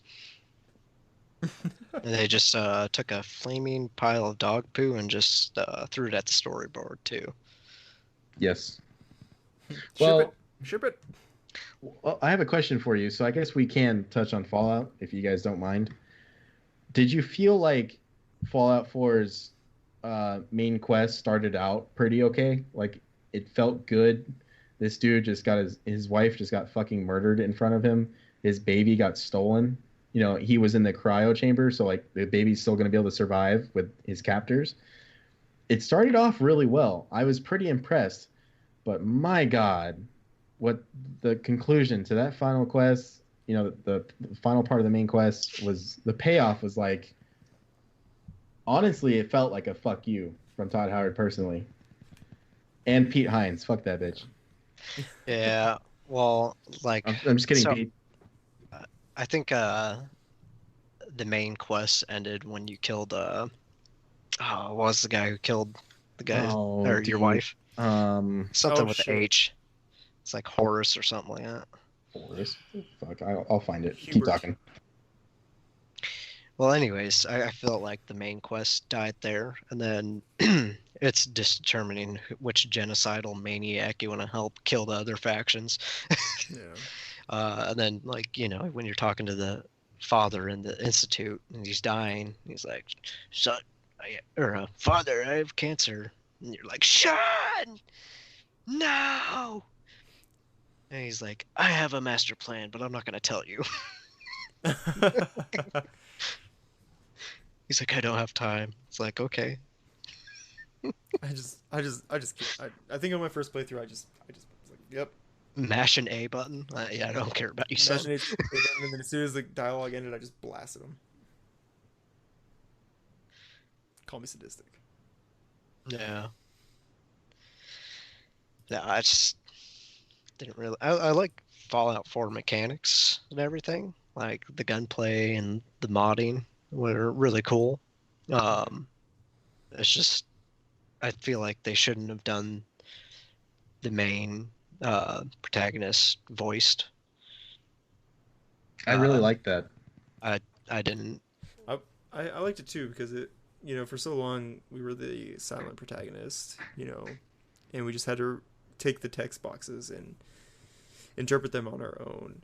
And the fact that we had more emotion, you know, as the character, you know, and putting a voice to it, you know, the silent protag has been a thing for a very long time. So actually getting your voice was I actually enjoyed it. I felt they could have done better though. They definitely could have done better with the voice acting, but you know, I definitely don't speak for probably anybody on this, but I fucking hate silent protagonists.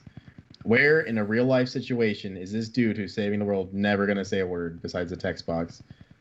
Like, I get it. That was the original RPGs, you know, text-based RPGs on PC. That's how they started. But it's your voice. But it's not though, because I'm not sitting there going, "Well, today I saved this settlement, President Garvey." You know, like I don't know, like.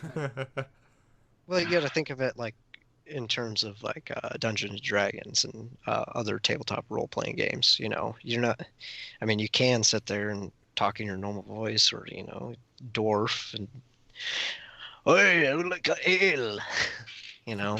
Yeah, that's very true. You know, you make a good point. I hate you, but it's easy. But that's easy to do in a game of D&D because you're with people. You are, you know, involved in the story that somebody's telling, and you're all in character. But what if I'm sitting at home playing, you know, Skyrim or Oblivion that I just literally downloaded on Steam? I'm not gonna sit there and talk to my screen like, oh yes, I said this. It's gonna be I all in mean, my it's head. called imagination. You know, SpongeBob. I don't have any of that left. And I get it. You know, it's a genre we're talking about. It's a role playing game. Yeah. I still prefer a voiced character. Like, and I think the reason why I'm so big on that is I truly have always hated the silent protagonist. Although Alex, you make a great point. If you play D&D, you're not a silent protagonist. You are making up your character. You know, you're giving them a voice. So you technically could have done that for yourself in Skyrim and Oblivion.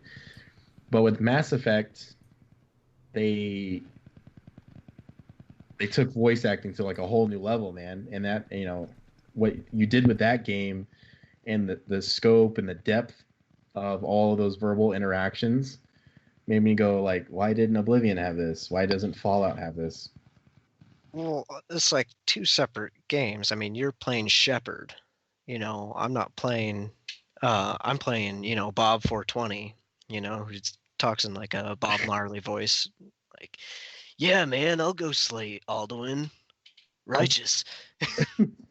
That's true. Far out, brother. Kill the shit out Yeah, of that so stupid you're little playing your character. You know, in the Mass Effect series and the Witcher series. You know, you're playing Geralt or Shepard. But like in Fallout, you know, they might as well just given the guy a name and, you know, immersed it even more by having all your companions and characters calling him by, you know, Bob or whatever. Because it's not really your voice, it's his. I mean, I get it like through the other Fallout and Elder Scrolls games, it's, you know, you're reading the text, but there's a lot more I'd say um, Would you say that there's more depth to yeah, the yeah, text-based conversations you're having? yeah. They do allow them to have those expansive, you know, conversations that really drive the story further. So, no, you make a good point. There's definitely two sides to that street, but the main thing you said that I didn't take into account is, yeah, you're playing as Shepard. So no matter what, you're playing as a set character. You can name their first name whatever you want, but it was able to voice act a character who everyone knows as Commander Shepard, not Bob 420 Commander. You know. Yeah. So, no, you're good. That makes a good point. Um, any final thoughts on Elder Scrolls 6? What you want? What the previous games have made you hate? Before we move on to a game I don't think should even come out. Oh, any? Do you guys? Where do you guys think the location's going to be? Oh, What province? Daggerfall.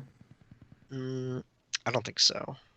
Um, Sounds cocky, but I think it would be No, probably it doesn't. the Somerset Isles and Aradon because we saw so much build up with the Thalmor in Skyrim.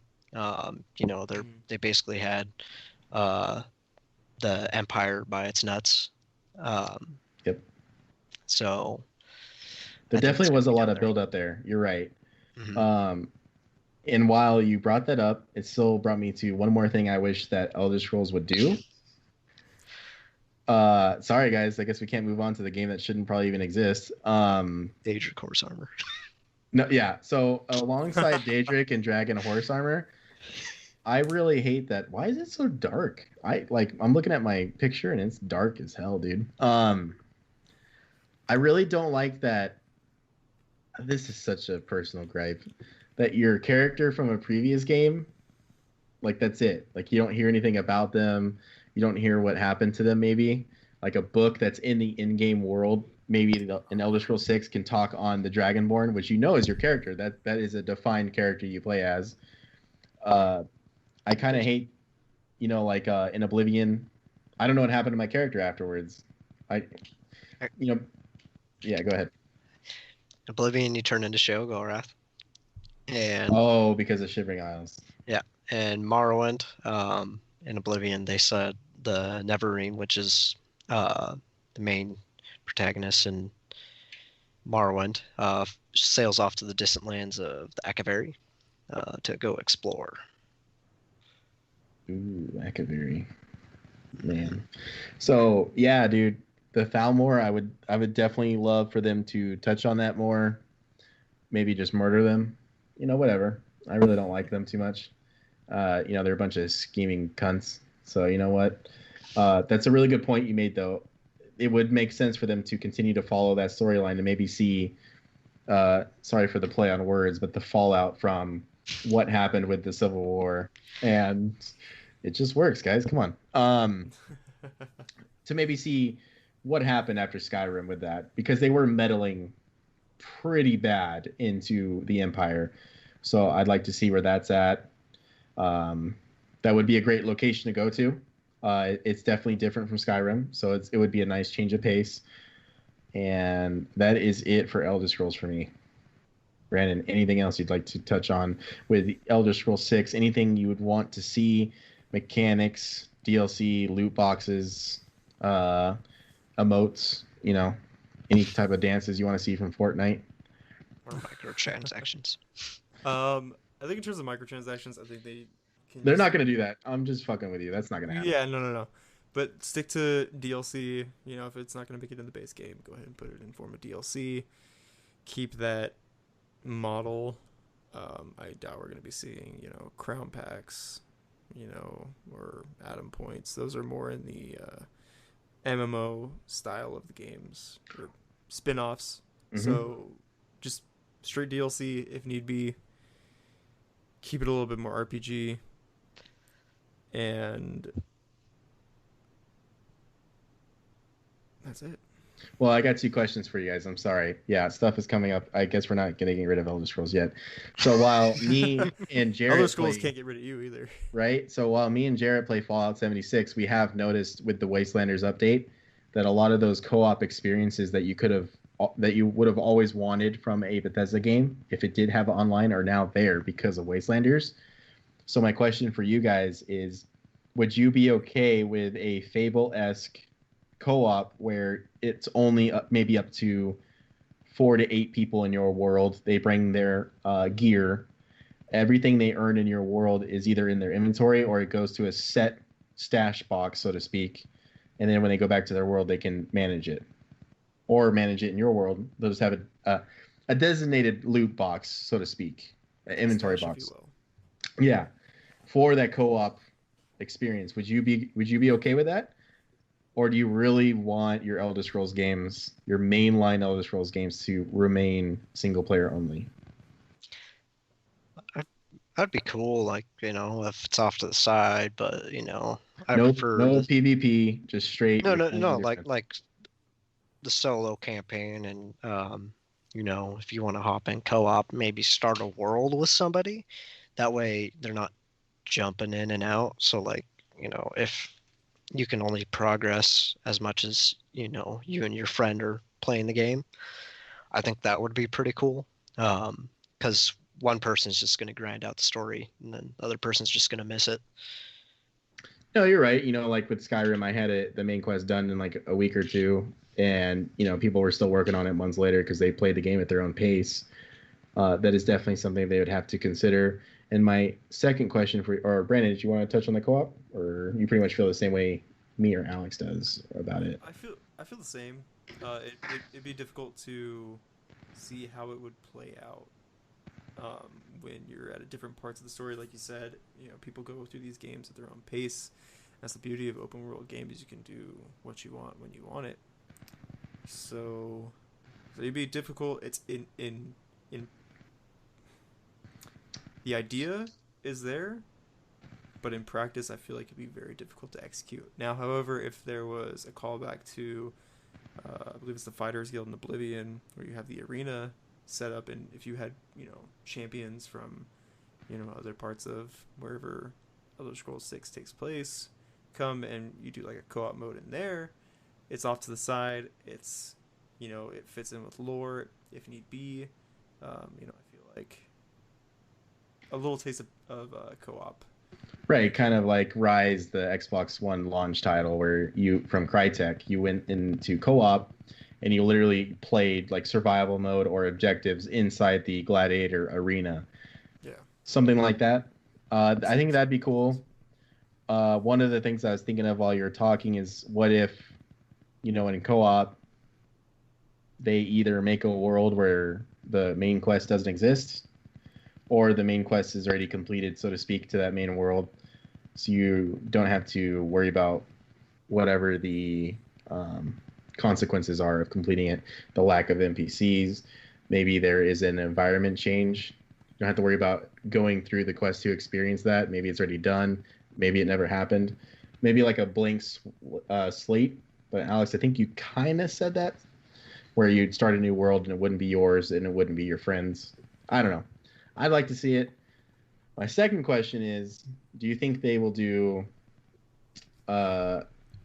Oblivion type DLC, Skyrim type DLC, a Fallout type expansion pass, or content updates, which everyone's relying on these days, where they are title updates that actually give you extra gameplay elements, and in this case, it would be storylines, map locations, God knows what else. They did it a little bit with Skyrim. They added, like I said, mounted combat. Honestly, that's all I remember. That was like really stood out. What kind of DLC would you guys want from Elder Scrolls 6? Title update based, microtransaction based, or maybe more the classic expansions? What do you think is more realistic at this point in Bethesda's development cycle? Fallout 4. Expansion pass, yeah. I feel like that's the new It's the new norm. Yeah, I'm not a fan of it, but I figured I'd ask because I feel like it's a good question to ask to, especially with Bethesda's history on DLC. It's all over the place. So that wraps it up for Elder Scrolls. Good job, guys. I feel like I learned a lot about Morrowind. I might actually have to go back and play Morrowind. One of the next things I want to talk about before we close out this episode is a game that I don't even know why the hell they announced it, because they don't talk about it. Starfield. It is Bethesda's single-player delve into space. Alex, take it away. What do you think? What's going on? I'm actually excited to see what they do with it because it's in the Elder Scrolls universe. What? Yep. What? What? Mm-hmm. It's in the Elder Scrolls universe. What the fuck? No way. Yeah. So there's going to be magic in there. I think Pete Hines announced that. Like super far in the future, maybe, space away, galaxy far, far away. Damn, that's crazy. I didn't realize that it would take place in the Elder Scrolls universe. I thought it would just be literally like Outer Worlds out one, because we had Outer Worlds come out, which is very similar to a space and futuristic Fallout. But I mean, for Bethesda to go in and not just make it generic space, but have it tie into the Elder Scrolls universe in some way, that's piqued my interest a little bit, made me a little more excited. I think they're just trying to make a Elder Scrolls and Fallout baby, but I'm excited to see what they do with it. Maybe I'll pick it up, and hopefully they don't have Skyrim magic in there. You can dual wield. I would also like to point out that the Starfield reveal trailer was released in 2017 at E3. So it's almost 3 years radio silence on the game. If what you're saying is true, I'm not saying you're lying. I just legitimately didn't know. If it is in the Elder Scrolls universe, that is fucking mind-boggling. And now I want everything to do with that game. Because when I'm playing Elder Scrolls, I really think about that. Like, what would this universe look like in the future? And obviously, it's going to take place in space. Nothing wrong with that. But we're going to be able to essentially play Starfield on whatever space station we're on or planet. We will potentially find books that talk about whatever has happened in the Elder Scrolls, way, way long time ago. I don't know. I don't think they're going to mention. I mean, obviously, they're going to do like Easter eggs, but I don't think they're going to mention. Like the flat Elder out Scrolls talk about series. it. Yeah, I think it's Unless just you're like going based an on like Elder Scrolls as a whole, like magic and all the gods and everything. I think they're gonna play a partial role in it. What if Akatosh just like is flying around in space? Better be on some good ganja. Yeah.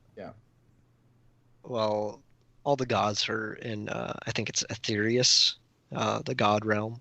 That's why, like, the sun is so big. It's actually Mundos. He saw that Lorcan was taking out all his magic, so he was the first to leave. That's why there's the sun in the sky, because he is the most powerful magical being, and that's why you have magic in the Elder Scrolls series. So it's gonna be weird how they do it with Starfield, but I don't even know if that's true because that was from Pete Hines' Twitter. Yeah, and he's a fucking liar. Just kidding, Pines. Pines? Pete Hines. You know, we love you, dude. You're just not Todd Howard, so I wish you would stop talking. Yeah, man. I mean, well, either way, the idea of having this futuristic first person, single player Bethesda game where there could be magic as well as obviously, guns. I'd really like to see how they do that. Even if it's an inkling of the Elder Scrolls universe somewhere in it, that I'll buy the game for that. I don't care. Just to experience whatever that Easter egg is. When the reveal trailer came out, I was honestly blown away. I didn't expect them to do a single player space game, but the fact that it's been like 3 years and like we haven't heard anything about it is kind of irritating. It's along the lines of like Halo Infinite, which we were talking about earlier, where it's like, why would you wait until the last minute to talk about it? Granted, sometimes if you talk too early about a game, like Starfield, it's like, why did you even announce it in the first place? And that's kind of how Halo Infinite is, Starfield, and I'm sure so many, just countless games out there. Brandon, what do you want from Starfield? Were you excited by the trailer? Is there anything that like crossed your mind when you saw it? Do you remember the trailer, which was not much? Straight up, didn't even watch the trailer. Not gonna lie. Don't worry, I can make it quick for you. They pan out of a fucking planet, and there's a space station. It says Starfield, and Bethesda's like, "Oh my god, look what we're doing!" I swear to God, that's it. Huh? Oh, generate the hype. I mean, you literally said it was Fallout or Elder Scrolls in space, and I didn't really get my hopes up because it's like, oh well, if there's concrete gameplay and a true announcement that shows what the fuck they're gonna do with it, it's just a trailer and a title. I mean, we'll see what happens in 5 years. Honestly, I'm not thrilled. I'm not disappointed. I'm just it's there. It's yeah, just there. No, yeah, it's just floating out in space right now. I think we speak for a lot of people that love Bethesda games. It's just there. It's just the placeholder title. It just works. It just works, man. They're clearly working on something. Hopefully, it actually works. But that's kind of where I see it too. Cool. You're doing something in space, but if you're not going to talk about it, then it's kind of like, all right, what a waste of time. So, to wrap things up, I have a curveball topic for you. Alex, I'm sorry, but you're pretty much just listening in at this point. I do want you to chime in at some point because I have a question for you. Pokemon Unite got announced today. It is being made by Tencent Games, which is a massive, massive, massive company in China. They are basically the Facebook of China. They make a ton of mobile games. I have a hot take for you guys, and it's that I'm extremely excited for the game, and I think it's going to work really well as a Pokemon MOBA. The arena they have made, the graphics, the idea of this gameplay really has me hyped. I don't think it's going to be a good game, but I think it's going to make me pretty happy. And you should see what is happening on these video cameras right now. I never would have thought in my life that a Pokemon MOBA would exist. I never thought it was a good idea. Alex and Brandon, I'm going to kill you. Video makes these a lot better. It does, dude. I absolutely love it. Like, I don't know how I went from, like, you can see my entire room to now I'm just a floating head. But you look like Boxy. Remember Boxy? Yes. Boxy. That sounds so It's cool. a Boxy. It's Boxy. But yeah, Pokemon MOBA, we have it. It got announced today. No Sinnoh remakes. Nothing else. Brandon. Yeah. Yeah. Tell us how you feel, man. I know you're not excited about this at I'm all. not, dude. Okay, so here's the thing. I'm fucking call me a scrub, call me a noob, call me what the fuck you want to call me. I'm not the biggest fan of MOBAs. I've never. Okay, to be fair, I think I played LoL once, and I was like, this is literally probably the worst experience for a video game I've had in my life. That's opinion. I'm a different type of gamer than people who play LoL. People who play LoL, they have a lot of commitment and whatever. I really don't want to delve into the political issues with Tencent. I know we try and keep this podcast as no bummer as possible. And No, we need to keep this podcast real. If you have a hot take and it's extremely negative, who cares? It's how you feel about something. It's about a franchise that we will constantly be talking about on this podcast because they find a way to disappoint us on a daily basis. Go ahead, man. Just let it all out. I mean, Tencent is a huge advocate for censorship in China. Along with all the human rights violations. For that country, it's just and they're obviously, it's not Game Freak who's making the game, it's the Pokemon Company International who is greenlighting this project, which is literally just a reskinned MOBA that Tencent has made countless times on mobile. Like, yeah, it's Pokemon. Yeah, I might download it, give it a shot just because it's Pokemon, but I feel like even Game Freak as well, but Pokemon Company International is becoming really out of touch with what their fans would like. Yeah, they're going to pander to the MOBA market and they'll get that money. They're going to get that money. They're the number one franchise, like media franchise in the world. They're going to get that money regardless of what they do. But it's just like it didn't. Nobody asked for it, and it came out of left field. I'm gonna try it, but my morals kind of play into it a little bit. I know it's a little preachy, but yeah, I'm just kind of meh. It's kind of meh about it. I mean, we'll see when it comes out. But other than that, it didn't blow my socks off. I'm not. Yeah. If it's fun, I'm happy. But like we've said before with the Pokemon Company, their heads are so far up their asses. Apparently, they forgot how to make easy games. It is not hard to make a Pokemon game, just like Star Wars movies. I just don't get it. We're gonna go into spoiler territory real quick because I have a question for you guys about The Last of Us 2. It's a grand scale. Brandon is literally downing a shot right now, or whatever he's got. It's a 375 bottle. He's just downed it, everybody. I have a question for you. You guys both know what happens in Last of Us 2, right? Yes. Spoiler alert. Yeah, so spoiler alert for anybody who wasted their time on that game or plans on it. They kill the main character from the previous game, Joel, within a couple hours of gameplay, I believe. I don't know exactly. I watched the game movie. I hated myself for it, but it happens pretty early in the game, and then they have you play as the person who killed the main character from the first game, with no real good agenda towards it. They just kind of throw it in your face, and then Ellie almost gets killed by this chick. Sorry, I just burped. And then you play as Ellie one more time to finish the game, and you don't even kill the fucking person who killed everybody, literally everybody that Ellie liked. Jesse, Tommy, Joel. Who is the chick that she was dating? I don't remember her name. Nora? Diva? Nora? It's literally one of those names. Sorry. I'm pretty sure she's dead too, right? Like she died? Yeah. So my question for you guys is, what made you think that they would do that in a video game? No, like purely as a video game perspective, like why do you think they thought killing off a character who really defined the first game and made everyone fall in love with that first game would be a smart idea? Like,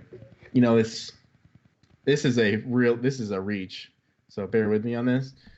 But in Mortal Kombat Armageddon, the second movie, the live-action movie, Shao Kahn breaks Johnny Cage's neck within, like, the first fucking like 20 minutes or whatever. And as a kid, that fucked me up, man. I was really butthurt. I'm not gonna lie. But would you? I guess a better question to ask, because unfortunately, the first question I ask gets a little. I want to. I guess you'd say political, and we all. I don't know. I don't really want to talk about that. But what if one of your favorite games did this to you with their characters? Like, what would your guys' response be? Even if the graphics were good, the audio was good, the character design was great, like literally everything but the storytelling was good. Would you walk away from the franchise, or would you still try to find the silver lining to what they were trying to accomplish? Which, yeah, Alex, any franchises that you would either save or you would be like, nah, I'm done. Like, for instance, Last of Us 2. There's a lot of people out there who don't give a fuck whatever they do now with the games. Or, Uh, I can tell you how they could have made Last of Us 2 good. I mean, with Abby killing Joel like that, um, they could have, you know, put the arc on Ellie and Tommy more, and like having Abby and her friends run away from Tommy's vengeance, because he like goes crazy and going after him. I just watched a video today, and he's in a sniper's nest trying to shoot Abby, the whole time, kills her friend. I think if we played as Tommy doing that, I think it would have been a lot better, and then play as Abby running away, but in the end, she should have died.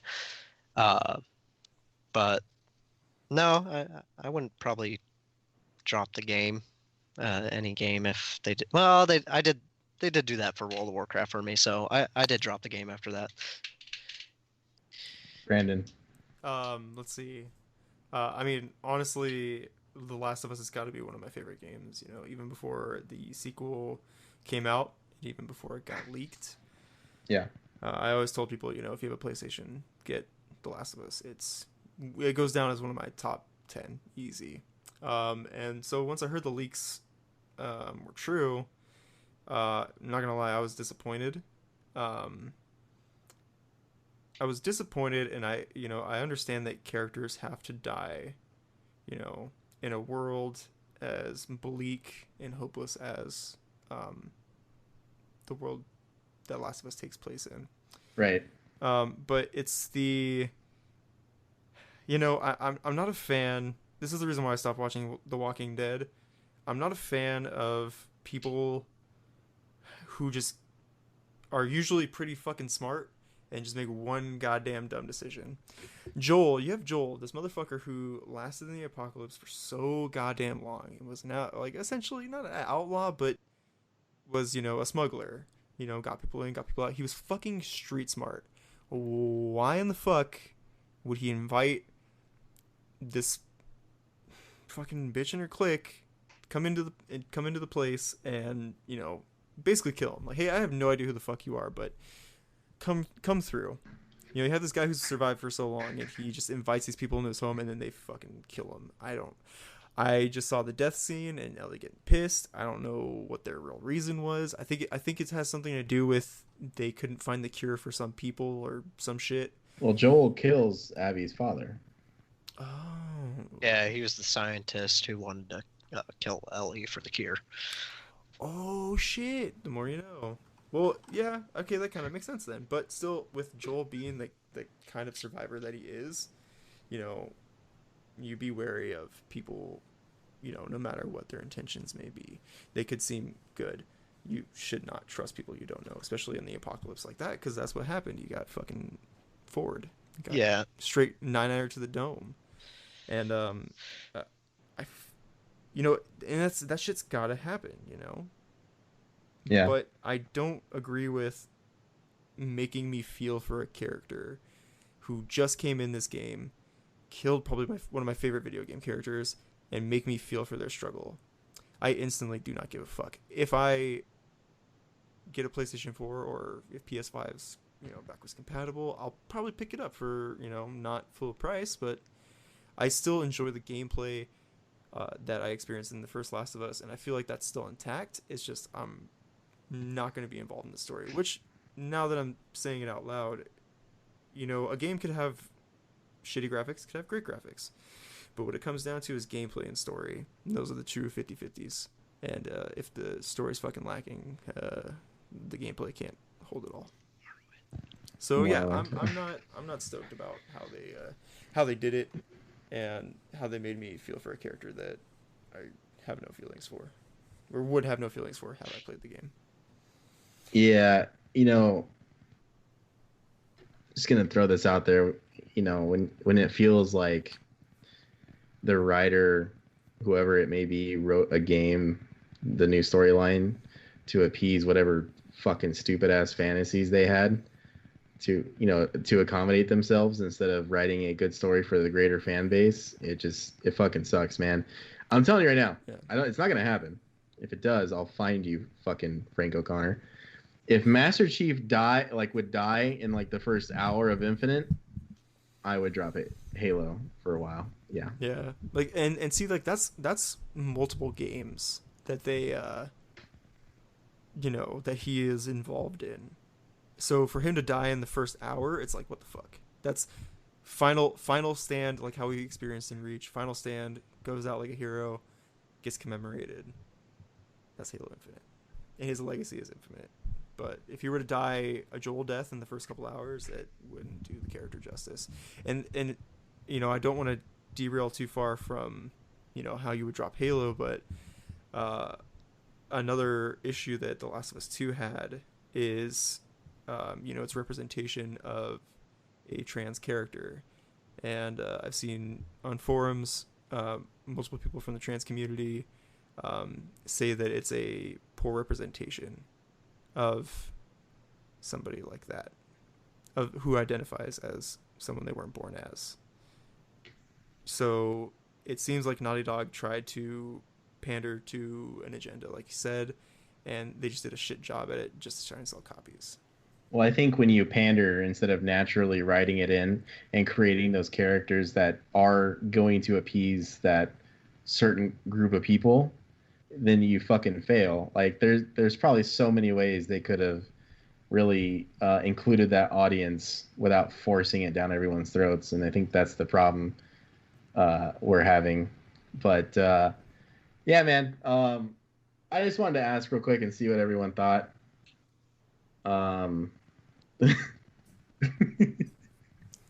Alex is playing with his cat. It's fucking adorable. I don't know. I was just curious to see what you guys thought, because it's just crazy what has happened with that game. The first one was revolutionary in its own right for zombie games, and they basically took a giant shit on it. And the gameplay looks terrible. There was not nearly as many puzzles as the first game had, which I know made a lot of people happy because it flowed really well in the first game. And they went like Skyrim 3.0 with Last of Us. They just said fuck everything that you loved in the first game. We're gonna shit all over it. Anyways, I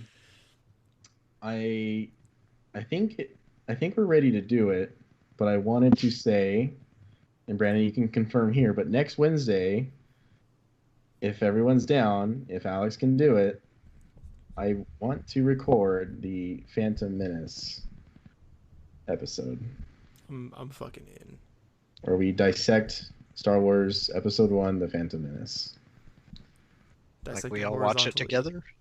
We're not going to watch it together. We're going to watch it the day or two before. And while you guys are watching it, literally like pause and like go, this part's stupid, this part's great, this part's not as bad as I thought it used to be. You're going to make me watch Phantom Menace? It's not even a bad movie if it's you not... take out Jar Jar. I'd rather watch Phantom Menace 3 times than watch Last Jedi. Yeah. Okay, so I can say it then. Yeah, so next Wednesday you can catch us delving into Star Wars. Finally, we keep talking about it. It's gonna happen. Episode 1. Next Wednesday we will record it. Anything else you guys want to close out on? Anything? Elder Scrolls, Fallout, Last of Us, anything at all? Well, I think I'm all done. But I think for our Star Wars discussions, the negotiations will not be short. Stupid. Oh God. Yeah, so that's it for us tonight. Thank you for tuning into the It Just Works podcast. Thank you to Alex, our Bethesda correspondent, the man who knows way too much about these games. I hope you've Disciple of all God Howard. Yeah, I hope you all have learned as much as we have, because honestly, there's stuff I didn't know about in the Elder Scrolls games that I learned tonight. Alex, you can go ahead and close yourself out real quick. Oh, bye. Yeah. So, yeah, thank you to Alex, Brandon. We had a good show today. Episode 1 next week, everybody. Thank you for tuning in to the It Just Works podcast. I'm Ryan. Have a good Yeah. night. And I'm Brandon. Thank you guys for tuning in, and catch y'all next week. Take care, guys.